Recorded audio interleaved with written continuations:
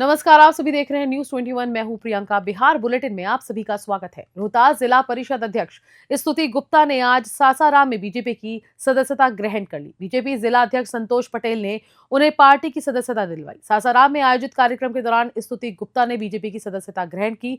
उन्होंने कहा कि रोहतास जिला से उनका पुराना नाता है, इसलिए उन्होंने यहीं से बीजेपी ज्वाइन करने का फैसला लिया। उन्होंने बीजेपी की विचारधारा से प्रभावित होकर पार्टी में शामिल होने की बात कही और कहा कि जो भी जिम्मेदारी उन्हें मिलेगी उसे पूरी निष्ठा से निभाएंगी। जिला अध्यक्ष संतोष पटेल ने उनके आने से पार्टी को मजबूती मिलने की बात कही। रोहतास से राहुल सिंह की रिपोर्ट।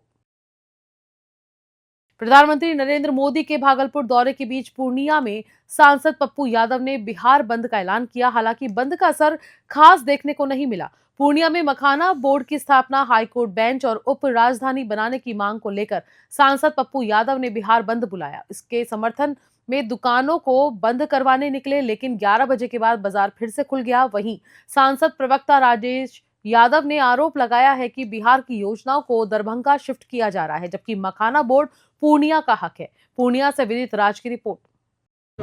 लगातार पूर्णिया कोसी सीमांचल के साथ सौतेलापन व्यवहार हो रही है और यहाँ के नामर्द विधायक जो भी सत्ताधुर के जनप्रतिनिधि हैं, जो अपने अपने आप को आका बूझते हैं, पूर्णिया में कहीं न कहीं सौतेलापन व्यवहार जो आज मखाना सबसे ज़्यादा कोसी और सीमांचल में उत्पन्न होता है। पूरे बिहार में सब 90% कोसी और सीमांचल से मखाना जाता है पूरे देश में, लेकिन ये मखाना बोर्ड किसी साजिश, राजनीतिक साजिश के तहत ये दरभंगा को भेजा जा रहा है। इसी के विरोध में माननीय सांसद पप्पू यादव लगातार सड़क से लेकर सदन पर उठने के काम कर रहे हैं। आज उसी को लेकर एक तरफ भागलपुर में नरेंद्र मोदी जी आ रहे हैं। उन्हें बताना होगा कि पूर्णिया के और कोसी और सीमांचल सबसे ज़्यादा आपको वोट दे के भेजने का काम करते हैं, लेकिन आपने कहीं ना कहीं सीमांचल और कोसी के साथ सौतेलापन व्यवहार कर रहे हैं। उसी को लेकर आज जो है माननीय सांसद पप्पू यादव जी के आह्वान पर पूर्णिया बंद का करना। मधेपुरा नगर परिषद के वार्ड 20 गुलजार बाग मोहल्ले में चोरों ने एक बंद घर को निशाना बनाया और लाखों के गहने और नकदी उड़ा ली।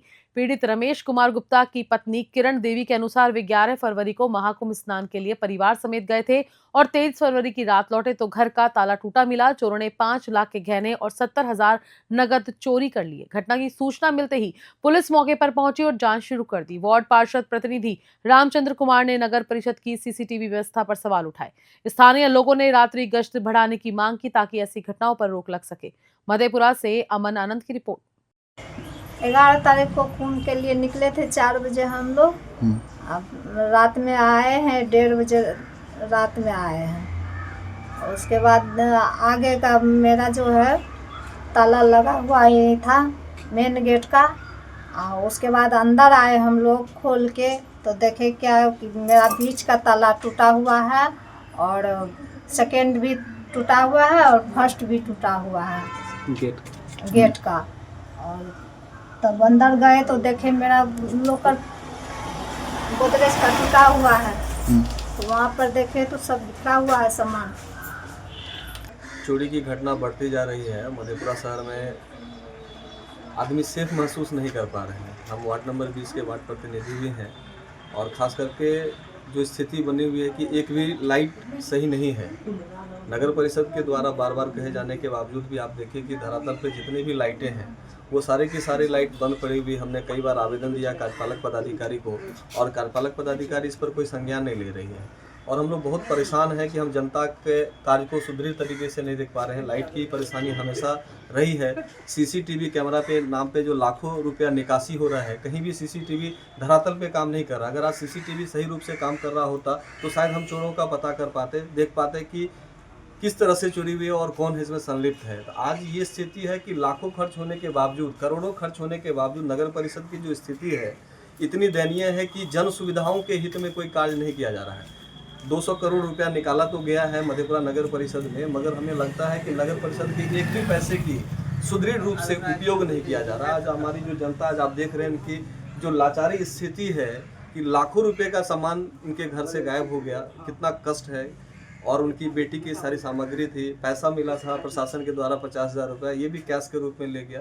ये बहुत ही निंदनीय है और हम लोग प्रशासन से अनुरोध करेंगे कि जल्द से जल्द इस पे कार्रवाई की जाए। प्रधानमंत्री नरेंद्र मोदी ने भागलपुर में किसान सम्मान समारोह को संबोधित करते हुए अंगिका भाषा में भाषण की शुरुआत की। उन्होंने 9.8 करोड़ किसानों के खाते में 22,000 करोड़ रुपए ट्रांसफर किए, जिसमें बिहार के 76 लाख किसानों को 1600 करोड़ रुपए मिले। मंच पर बिहार के मुख्यमंत्री नीतीश कुमार, केंद्रीय कृषि मंत्री शिवराज सिंह चौहान, गिरिराज सिंह, चिराग पासवान समेत कई नेता मौजूद रहे।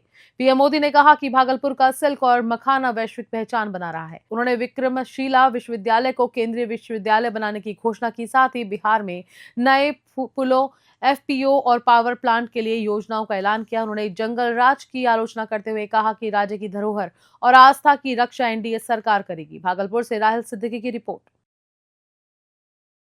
गया रांची से पटना जा रही जनशताब्दी एक्सप्रेस में सीट को लेकर हुए विवाद के बाद कुछ बदमाशों ने ट्रेन पर पत्थरबाजी कर दी। ये घटना गया जंक्शन से पहले ईश्वर चंद्र हॉल्ट के पास हुई, जिसमें 2 यात्रियों को चोट लगी और ट्रेन की खिड़की का कांच टूट गया।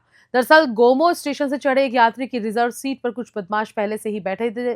जब यात्री ने अपनी सीट पर बैठने को कहा तो बदमाशों ने एक स्टेशन बाद उतरने की बात कही, मगर जब वे नहीं उतरे तो दोनों पक्षों में विवाद हो गया। इसके बाद बदमाशों ने ईश्वर चंद्र हॉल्ट के पास ट्रेन का वैक्यूम कर उतरकर पत्थरबाजी शुरू कर दी। रेल यात्री राजीव कुमार ने 139 हेल्पलाइन पर कॉल करने की कोशिश की, लेकिन कॉल रिसीव नहीं हुआ। फिलहाल रेल पुलिस मामले की जांच में जुट गई है और बदमाशों की पहचान कर रही है। गया से नीरज यादव की रिपोर्ट।